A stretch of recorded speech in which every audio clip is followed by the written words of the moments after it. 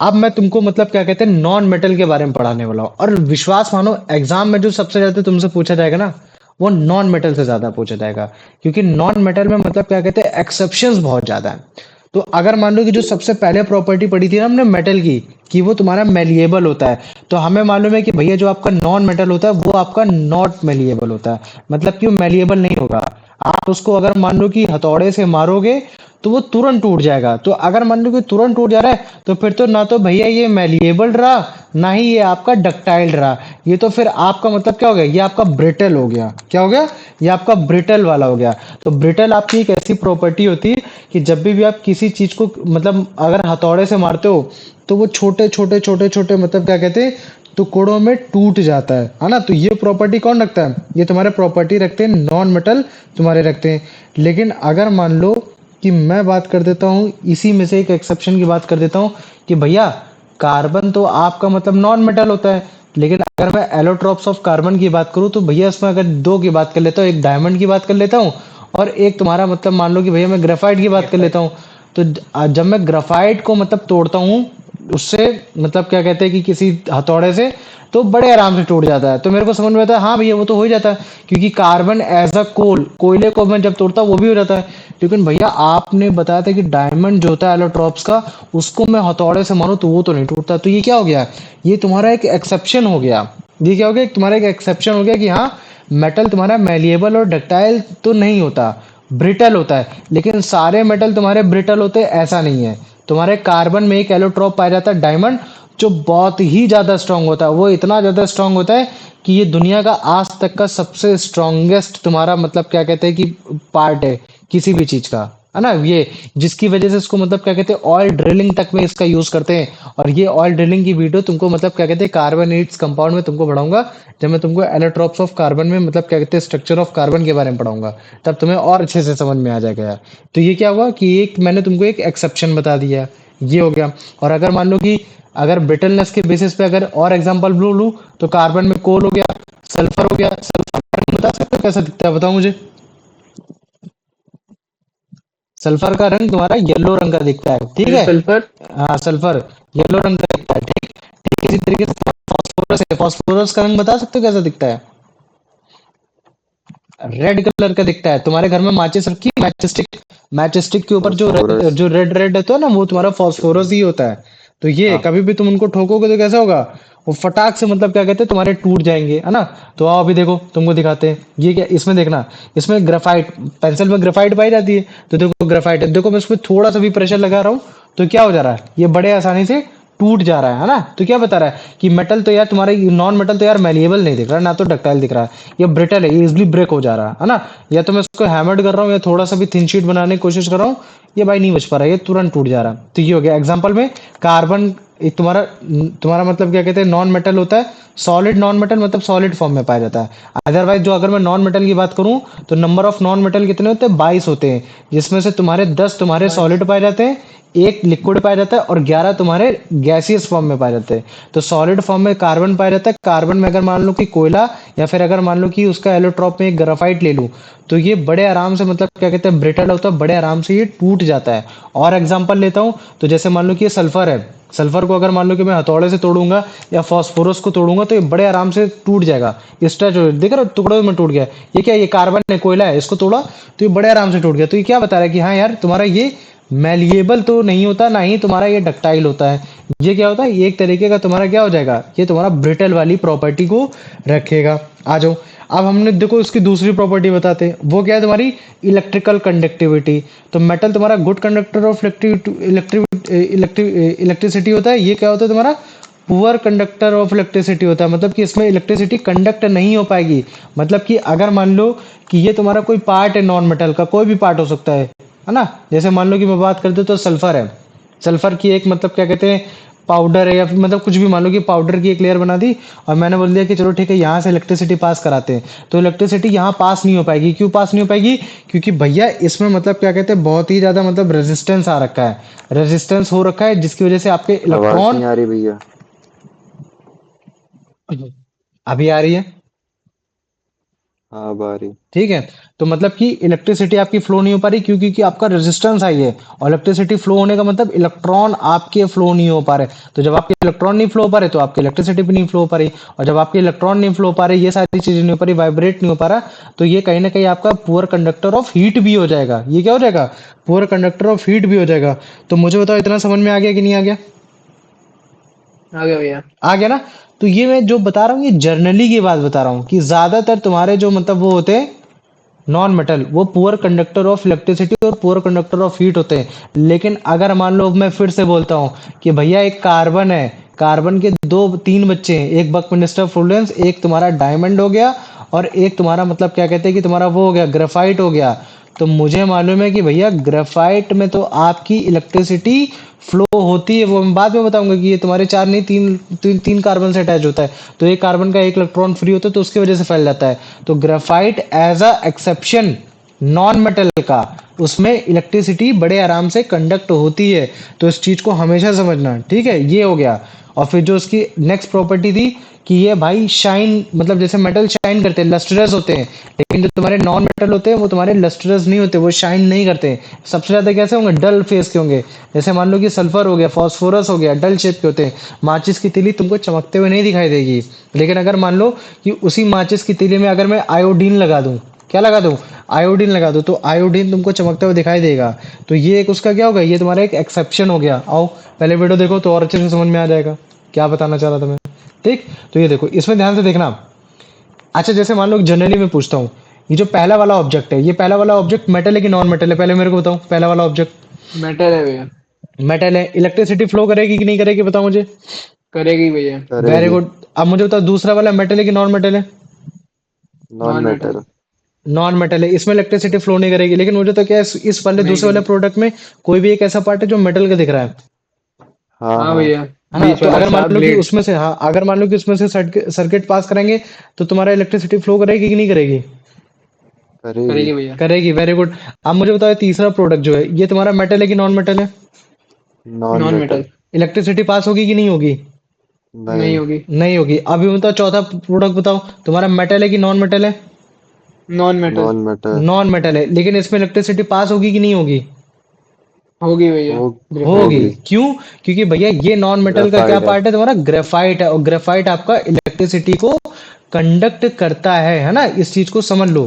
ठीक है, और इसकी वीडियो देखो, बहुत अच्छे से समझ में आएगा कि हाँ भैया, हीट और इलेक्ट्रिसिटी को नॉन मेटल कंडक्ट नहीं करता, क्योंकि इनमें कोई भी फ्री इलेक्ट्रॉन्स नहीं होते, इनमें हायर रेजिस्टेंस पाया जाता है। तो देखो, कोई भी इलेक्ट्रिसिटी फ्लो नहीं हो रही, इसमें भी कोई भी इलेक्ट्रिसिटी फ्लो नहीं हो रही, फिर वो चाहे आपका सल्फर हो चाहे फास्फोरस हो। लेकिन अगर मान लो कि मैं अगर एज अ ग्रेफाइट को इस्तेमाल कर रहा हूं, तो देखो ग्रेफाइट को छूते ही तुम्हारा बड़े आराम से मतलब क्या कहते हैं, इलेक्ट्रिसिटी फ्लो हो रही है। और बल्कि ग्रेफाइट तो एक तरीके का कार्बन ही होता है, और कार्बन भैया नॉन मेटल होता है, तो कैसे हो सकता है ना? तो हमें पता चला बाद में कि यहाँ इसमें एक इलेक्ट्रॉन जो होता है वो फ्री होता है, जिसकी वजह से इलेक्ट्रिसिटी फ्लो हो जाती है। लेकिन उतनी तेज से फ्लो नहीं होगी जितनी तेज से तुम्हारा मतलब क्या कहते हैं पहले वाले उसमें हो रही थी, है ना? अगर तुम ध्यान से देखो, तो जो तुम्हारे पहले वाले उसमें ज्यादा तेज हो रही थी, मेटल में और तेज हो रही थी, है ना?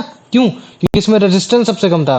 Graphite as a non metal, इसमें रेजिस्टेंस थोड़ा कम है, लेकिन मतलब थोड़ा सा ज्यादा है एज कम्पेयर टू तुम्हारा मेटल वाला।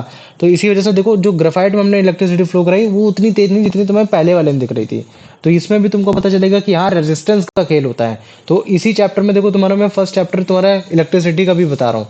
जब इलेक्ट्रिसिटी चैप्टर आएगा, तब तुम्हारे लिए वो भी चैप्टर बहुत आसान हो जाएगा। ये अभी आओ, इसको देखो, मेटल मैंने क्या बोला कि शाइनी नहीं है, लस्ट्रस नहीं है, ये क्या है? ये फॉस्फोरस पाउडर है। तुम्हारा कहाँ पाएगा? ये तुम्हारे इसमें पाएगा, देखो जरा सा भी शाइन नहीं कर रहा, डल अपीयरेंस है।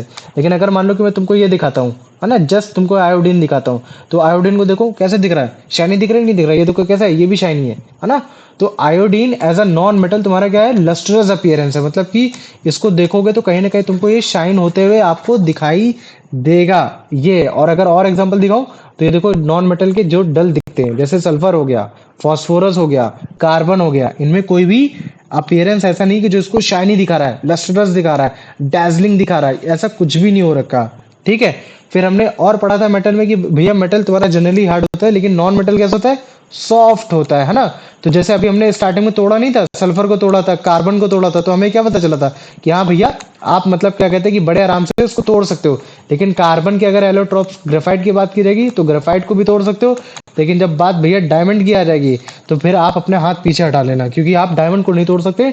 Diamond as a non metal which is allotrope of carbon is a very very strong, है ना। इवन ये तुम्हारे ड्रिलिंग जैसी हायर हायर जगह जहाँ मतलब क्या कहते हैं उस तक में यूज होता है। देखो जहां मार रहा हूँ लोहा तक तुम्हारा वो हो जा रहा है, देख रहा हो लोहा तक तुम्हारा वो दब जा रहा है। फिर से देखो, देखना लोहा तक तुम्हारा मतलब क्या कहते हैं उस जगह छोटा सा गड्ढा हो गया, वो है। तो क्या बता रहा है कि हाँ यार नॉन मेटल सारे ऐसे नहीं होते कि जो तुम्हारे मतलब सॉफ्ट होते हैं। एक मेटल है भाई डायमंड, जो मतलब क्या कहते हैं है तो कार्बन नॉन मेटल है, लेकिन भाई हार्डेस्ट एलिमेंट है, मतलब हार्डेस्ट नेचुरल नॉन एलिमेंट है अभी तक का, ये हो गया। लेकिन अगर जनरली बात भैया करोगे, बोलो बोलो। भैया डायमंड को शेप में लाने के लिए उसको वो करते हैं ना, हाँ वो शार्प। उसको हाँ शार्प करते हैं, सारी चीजें करते हैं, वो अभी सब दिखाएंगे, उसकी दिक्कत मत हो, है ना ये। लेकिन जनरली बात बोली जाएगी तो भैया ये कैसे होते हैं, लो टेंसाइल डिस्टेंस के होते हैं, इनमें इतनी टेंसाइल डिस्टेंस नहीं होती। इसी वजह से आप अगर इसमें वेट रखोगे, ये सारी चीजें रखोगे, तो ये बड़े आराम से टूट जाएंगे। जैसे मान लो कि इसमें मैं ऊपर हाथ रख रहा था तो ये बड़े आराम से तुम्हारा ग्रेफाइट टूट गया, लेकिन ये है कार्बन, पीछे वाला जो कार्बन था डायमंड वो स्ट्रांग था, तो वो एक एक्सेप्शन हो गया, ये आ गया। ठीक है, ऐसे ये देखो ये कोयला है, ये भी क्या है, ये कार्बन का ही फॉर्म है ना। ये कार्बन है, तो ये देखो ये कैसे जरा सा एक हथौड़ा मारा बड़े आराम से टुकड़ों में टूट गया, ये हो गया, है ना। आ जाओ अब। अच्छा देखो मेटल में मैंने बताया था कि भैया मेटल दो मैटर में पाए जाते हैं, या तो वो आपका सॉलिड पाया जाएगा या तो वो आपका लिक्विड पाया जाएगा। भैया जनरली सारे सॉलिड होते हैं, बस केवल एक लिक्विड होता है, वो क्या होता था भैया आपका मरकरी होता था। लेकिन अगर मान लो कि मैं नॉन मेटल की बात करूंगा तो नॉन मेटल आपके सॉलिड भी पाया जाएगा, लिक्विड भी पाया जाएगा और आपका गैस में भी पाया जाएगा। और जो तुम्हारा उसमें जो लिक्विड होगा, लिक्विड में वो लिक्विड वाला बता सकते हो कौन सा लिक्विड होता है नॉन मेटल में, बताओ। हाँ भैया, कौन सा ब्रोमाइन। तुम्हारा, ब्रोमीन, ब्रोमाइन नहीं, क्या बोलोगे उसको, उसको ब्रोमीन बोल दोगे। Formula bromine. बी आर, है ना, ये पहला कैपिटल Br2। फिर उसके बाद स्मॉल वाला, ये हो गया। और अगर मान लो सॉलिड की बात करता हो तो अभी तुमने सल्फर देखा, फॉस्फोरस देखा तुमने, उसके साथ साथ तुमने मतलब क्या कहते हैं कार्बन। कार्बन को भी देख लिया, है ना। ये सब कैसे सॉलिड वाले चीजें हो गई। अब अगर मान लो गैसियस की बात करूंगा तो गैसियस में तुम्हारे कौन कौन से हो जाएंगे, तुम्हारा ऑक्सीजन हो गया, नाइट्रोजन हो गया, है ना, तुम्हारा हाँ, तुम्हारा और कौन, क्या बताया। भैया कार्बन। कार्बन, कार्बन सॉलिड में होता है। नहीं नहीं नहीं, कार्बन डाइऑक्साइड बोल सकते हो, गैस में क्लोरीन होती में, है। क्लोरीन। क्लोरीन हाँ हो वही गया, कार्बन सीएल। डाइऑक्साइड। हाँ ये हो गया ना, तो ये सब कैसे है। लेकिन कार्बन डाइऑक्साइड एक कंपाउंड है, मतलब दो एलिमेंट से मिलकर बन रखा हम्म। है, एक कार्बन हो गया एक ऑक्सीजन हो गया। यहाँ हम लोग केवल मतलब एलिमेंट की बात कर रहे हैं, और उस एलिमेंट पे हमको बताना है कि कौन सा मेटल की प्रॉपर्टी रख रहा है, कौन सा नॉन मेटल की प्रॉपर्टी रख रहा है। तो जो नॉन मेटल की प्रॉपर्टी रख रहा है जो गैस में, वो तुम्हारा नाइट्रोजन हो गया, तुम्हारा ऑक्सीजन हो गया, ये सारी चीजें हो गई। इसका मैंने कल वाली क्लास में तुमको पीरियोडिक टेबल के साथ भी दिखाया था, तो उस चीज को भी देख लो तो और अच्छे से समझ में आ जाएगा। ये आओ अब इसको देखो, है ना, इसमें देखो ये क्या है, ये तुम्हारा ब्रोमीन है ना। और ब्रोमीन। ब्रोमीन, तुम्हारी ब्रोमीन की गैस भी होती है, Br2 गैस भी बोल सकते हो, जो हाईएस्ट डेंसिएस्ट गैस होती है ना, ये हो गया। और ये जैसे इसमें देखो केमिकल रिएक्शन किया, तो इस केमिकल जी रिएक्शन में तुम्हारी CO2 इवॉल्व होगी, अगर ध्यान दिया जाए तो तुम्हारा ये जो हाइड्रोजन गैस इवॉल्व हो रही है, भैया, सॉरी। H2 होती हाँ है। हाँ हाइड्रोजन गैस इवॉल्व हो रही है। तो ये जो हाइड्रोजन होता है ये क्या होता है, तुम्हारा एक तरीके का नॉन मेटल होता है ना। Hydrogen as a non metal treat किया जाता है, तो ये हो गया, है ना। तो अभी इसके बारे में बताएंगे, इसके ऊपर H पॉजिटिव आयंस क्यों आते हैं, उसके बारे में बताएंगे कि हाँ इसके अंदर जो तुम्हारा मतलब जो सेंटर वाला पार्ट होता है उसमें दो प्रोटॉन होते हैं, और जब वो लूज करता है तो उसके साथ प्लस पॉजिटिव एक आयन आ जाता है। तो ये सारी चीजें अभी तुम लोग को बताना सिखाएंगे, ये सारी चीजें क्या होती है। तो ये ब्रोमीन वाला एग्जांपल हो गया, है ना। और इस तरीके से अगर देखोगे जैसे ये, तो इसमें तुम्हारा बेसिकली बोला जाता है कि इसमें ऑक्सीजन, देखो ऑक्सीजन गैस इवॉल्व हो रही है, तो ऑक्सीजन अगर मान लो कि कोई एक गैस इवॉल्व हो रही है और वो तुम्हारे कंपाउंड में नहीं हो रही है, जैसे मान लो कि मैं इसकी बात कर देता हूँ, ये नाइट्रोजन डाइऑक्साइड है ना, तो ये कंपाउंड में हो रही है, मतलब कि इसमें दो एलिमेंट पाए जा रहे हैं, लेकिन हमको दो एलिमेंट पाए जा रहे हैं, लेकिन हमको एक एज अ सिंगल एलिमेंट की बात करनी है कि हाँ देखो वो गैसियस स्टेट में पाया जा रहा है। हाँ तो इसमें देखो ये तुम्हारा वो भी है, और देखो ऑक्सीजन की प्रेजेंस चेक करना है तो देखना ब्राइटनेस इसकी बढ़ जाएगी। कोई किसी चीज में ऑक्सीजन है या नहीं कैसे पता करते हो, कि भैया उसमें आग लग भैया, आग जाएगी लग बहुत जाती अच्छे है से। उसके बाद से। और किसी चीज में अगर CO2 पता करना हो तो कैसे पता करते हो, कि वो बुझ तुरंत उस जाता है चीज को वो। वो एक्सटिंग्विश कर देगा। तो ये देखो यही चीज इसमें भी हो रहा है कि हाँ भैया, जब मैं मतलब क्या कहते हैं कि उसको लेकर आया, मतलब क्या कहते हैं अगरबत्ती की लिड को लेकर आया, तो मुझे वो और ग्लो होते हुए दिखाई दी, मतलब कि ऑक्सीजन की प्रेजेंस में वो और बर्न हो रही है। तो मतलब कहीं ना कहीं इसमें ऑक्सीजन भी आ रहा है, ऑक्सीजन भी आ रहा है, ये चीज है। तो मुझे बताओ इतना समझ में आ गया कि नहीं आ गया? आ गया भैया। आ गया ना? ये तो अभी अगर मान लो कि मैं इनकी डेंसिटी की बात करता हूँ, तो मेटल के कंपैरिजन में ऑब्वियस ही बात है कि भैया अगर ये इतने ज्यादा वीक हो रखे हैं, इनकी टेंसाइल स्ट्रेंथ इतनी कम हो रखी है, तो इनकी डेंसिटी भी कम होगी। तो हाँ, इनकी डेंसिटी सच में कम होती है। अगर मैं सल्फर की बात करूँ, तो इनकी 1 ग्राम पर सेंटीमीटर की में डेंसिटी कितनी होती है? वो होती है तुम्हारी 2 ग्राम होती है। कितनी होती है? 2 ग्राम होती है। तो तुम सोचो इनका मतलब हार्डेस्ट टाइप का वो होता है। लेकिन अगर मान लो कि मैं डायमंड की बात करता हूँ, तो सोचो डायमंड तो टूटता ही नहीं है। तो डायमंड की सोचो कितनी ज्यादा डेंसिटी होती होगी। और डेंसिटी ज्यादा होने की वजह से फिर क्या है, उसको तुम चाहे जितना हीट करो, वो वाला पिघलेगा नहीं? पिघलेगा क्यों? पिघलेगा तो जरूर है, लेकिन मतलब क्या, लेकिन जो उसका मेल्टिंग पॉइंट होगा वो बहुत ही ज्यादा होगा। वो इतना ज्यादा होगा कि अगर मान लो कि कोई चीज है जो जलता नहीं है, और जो चीज जल जाता है, तो अगर उसके साथ जलाओगे तो वो चीज तुम्हारा जल्दी पिघल जाएगा, और डायमंड तुम्हारा नहीं पिघलेगा। ये हो गया। तो टोटल किस पे बेस्ड हो रखा है तुम्हारा? उसी चीज पे हो रखा है कि हाँ, तुम्हारा डेंसिटी पे बेस्ड हो रखा है। तो ये देखो, इसको देखो, ये तुम्हारा क्या है? सल्फर है। ठीक है। सल्फर को देखो, जैसे मैं तुम्हारा उसको वो करता हूँ बेसिकली, मतलब क्या कहते हैं, मेल्ट करने की कोशिश करता हूँ, तो ये 115 डिग्री पे ये आराम से मेल्ट हो जाएगा, है ना? सल्फर क्या हो जाएगा तुम्हारा 115 डिग्री पे बड़े आराम से, देखो ये मेल्ट हो रहा है, मतलब लिक्विड स्टेज में आ गया। लेकिन अगर मान लो नॉन मेटल, ऐसा मैं डायमंड की बात कर देता हूँ, तो देखो डायमंड को 3500 डिग्री सेल्सियस तक, मतलब क्या कहते हैं, हीट करोगे तब जाके तुम्हारा वो लिक्विड में बनेगा। और ये देखो जिस चीज से पकड़ रखा है वो क्या चीज है? वो तुम्हारा आयरन है। वो क्या है? वो तुम्हारा आयरन है। और मुझे तो आयरन का तुम्हारा मेल्टिंग पॉइंट कितना होता था? 1500, 1535। 1535। अब तुम सोचो, तो ये पहले पिघल जाएगा, तभी तो तुम देखो वो जल्दी से पिघल गया, ये है ना? और बाद में तुम्हारा बेसिकली इस तरीके से फिर, और उसको मतलब क्या कहते हैं, लिक्विड स्टेज में डायरेक्टली, मतलब क्या कहते हैं, लिक्विड स्टेज में तो नहीं, लेकिन हाँ एक तरीके से बोल सकते हैं कि हाँ, तुम्हारा मतलब इसको वेपराइज किया जा रहा है in the form of CO2। ये क्योंकि ये भी तो कार्बन का ही बना है, और कभी भी अगर हम लोग कार्बन को ऑक्सीजन के प्रेजेंस में जलाएंगे तो CO2 गैस ही निकलने वाली है। तो चाहे आप डायमंड को जलाओ, चाहे आप ग्राफाइट को जलाओ, जब भी आप जलाओगे तो कौन सी गैस निकलेगी? CO2 गैस निकलेगी। ये वाला एक्सपेक्टेड क्वेश्चन हो सकता है, इस तरह से पूछा जा सकता है एज अ जनरल, है ना? ये हो गया। आ जाओ। अब अच्छा, जैसे मैंने बोला था कि मेटल भैया जनरली आपके या तो ग्रे दिखेंगे, या तो आपके सिल्वर दिखेंगे। कुछ ही होते जो अलग कलर के दिखते हैं, जैसे ब्रास हो गया, कॉपर हो गया, है ना? और कॉपर भी बेसिकली इस कलर का इस वजह से दिखता है क्योंकि कॉपर मिला होता है उसमें। अगर कॉपर ना मिला हो ना, तो ब्रास बेसिकली जिंक और कॉपर से मिलकर बना होता है। तुम लोग को पढ़ाया गया कि नहीं पढ़ाया गया ये सब?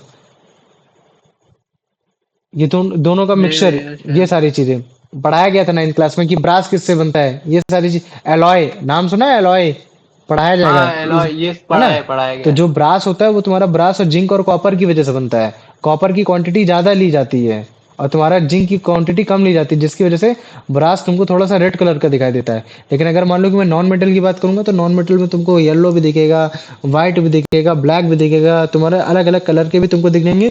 कुछ तो तुमको कलरलेस भी दिख जाएंगे, जैसे ऑक्सीजन हो गया कलरलेस होता है, नाइट्रोजन होता है कलरलेस होता भैया है, नाइट्रोजन। सल्फर हो गया, सल्फर तुम्हारा येलो रंग का दिखता है, ये येलो कलर का दिखेगा, फास्फोरस रेड कलर का दिखेगा, है ना? डायमंड तुम्हारा कलरलेस दिखेगा, ग्रेफाइट तुमको ब्लैक कलर का दिखेगा, है ना? डिफरेंट डिफरेंट उस तरीके के हो रखे। और इनमें कोई भी सोनरस वाली प्रॉपर्टी भी नहीं है कि अगर तुम मान लो कि अगर तुम उसको किसी चीज से हिट करोगे, तो तुमको मतलब क्या कहते हैं, उसमें कहीं ना कहीं आवाज आएगी, ऐसा भी कुछ नहीं हो रखा। तो ये क्या हुआ कि हाँ भैया, density as compare to metal, non metal की कम होती है ना? ये हो गया। तो इसके बाद इनमें कोई भी सोनरस प्रॉपर्टी नहीं होती, और ये तुम्हारे different different different different colour के पाए जाएंगे। येलो में सल्फर, व्हाइट और रेड में फास्फोरस। व्हाइट फास्फोरस जो होता है वो काफी मतलब क्या कहते हैं तुम्हारा एक्सप्लोसिव होता है, उसको इससे बम वगैरह बनाया जाता है, ये सारी चीज बहुत तगड़ी आंख पकड़ता है ये। और फिर तुम्हारा ये ब्लैक कौन सा? ग्रेफाइट हो गया। येलोविश ग्रीन तुम्हारा क्लोरीन हो गया, और तुम्हारा हाइड्रोजन। और ये जो तुम्हारा ऑक्सीजन है, जो तुम्हारा डायमंड है, ये सारे के सारे तुम्हारे कलरलेस होते हैं ये। तो मुझे बताओ, नॉन मेटल की मैंने जितनी भी प्रॉपर्टी अभी बताई, ये सारी समझ में आ गई कि नहीं आ गई? आगे। आ गई। चलो वेरी गुड। अब इसका आंसर बता दूं, यश?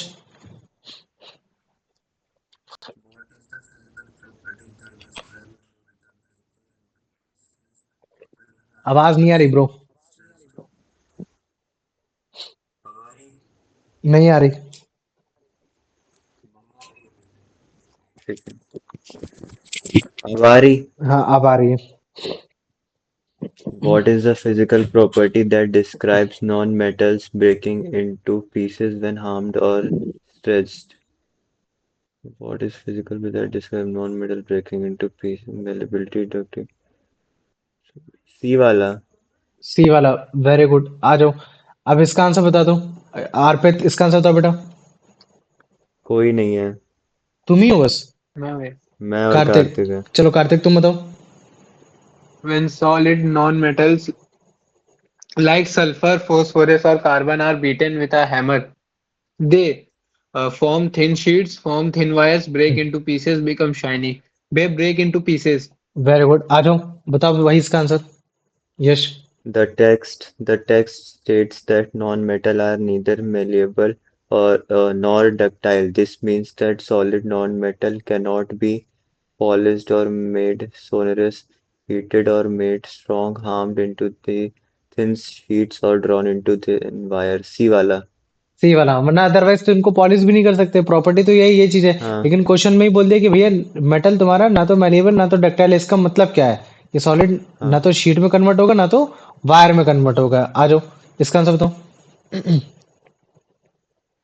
Non-metals generally do not conduct heat and electricity because, unlike metals, they lack a dull appearance, malleability, and ductility. Free electrons, brittle nature. We have free electrons. Very good, आ जाओ, इसका answer बताओ। Which non-metal in the form of graphite is the sole exception to the rule and is a good conductor of electricity? Sulfur, phosphorus, iodine, carbon. Carbon है ना। वो पूछ रहा है Hmm. कि तुम्हारा एक ऐसा नॉन मेटल, मतलब कि एक ऐसा नॉन मेटल उसका जो फॉर्म है ग्रेफाइट है। वो केवल इकलौता एक ऐसा नॉन मेटल है जो तुम्हारा गुड कंडक्टर ऑफ इलेक्ट्रिसिटी। तो वो किसका फॉर्म है? तो तुम्हारा कार्बन का फॉर्म है, मतलब कि कार्बन का एलोट्रॉप है ये। मतलब Hmm. उसका बच्चा है, ऐसा समझ सकते हो। ये बताओ इसका answer. The property that non-metals are not lustrous mean that solid non-metals typically have a dull appearance. Dull appearance, very good, आ जाओ। अब इसका आंसर बताओ। Why is graphite an allotropic from allotropic form of carbon used for making electrodes? Why electrodes. is graphite? Why is graphite an It is the only non-metal that is electrode कहाँ use brittle. होते हैं? तुम्हारे battery में use होते हैं, जहां से तुम्हारे प्लस और माइनस चार्ज लगाए जाते हैं, है ना। तो Hmm. तुम्हारे बैटरी में तुम्हारा एज इलेक्ट्रोड तुम्हारे ग्रेफाइट को क्यों इस्तेमाल किया जाता है? क्योंकि वो तुम्हारा ब्रिटल होता है, या इस वजह से क्योंकि वो डल अपीयरेंस होता है इस वजह से क्योंकि ये सस्ता होता है, या फिर इस वजह से क्योंकि ये भी तुम्हारा कंडक्ट कर सकता है इलेक्ट्रिसिटी को? कंडक्ट कर सकते हैं इलेक्ट्रिसिटी को। वेरी गुड, आओ। अब इसका आंसर बताओ। Which non-metal is an exception to the rule of being non-lustrous as it has a shining surface like that of metal? Iodine, iodines. Iodine, है ना ये। आ जाओ, अब इसका आंसर बताओ। Non-metals are generally soft, but which non-metal in its allotropic form is known to be the hardest natural substance known?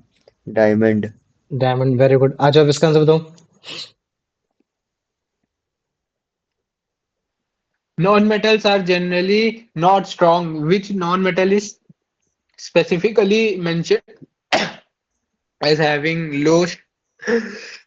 भैया carbon as diamond. का क्या बोल रहा है बे? भैया कार्बन कार्बन एज डायमंड।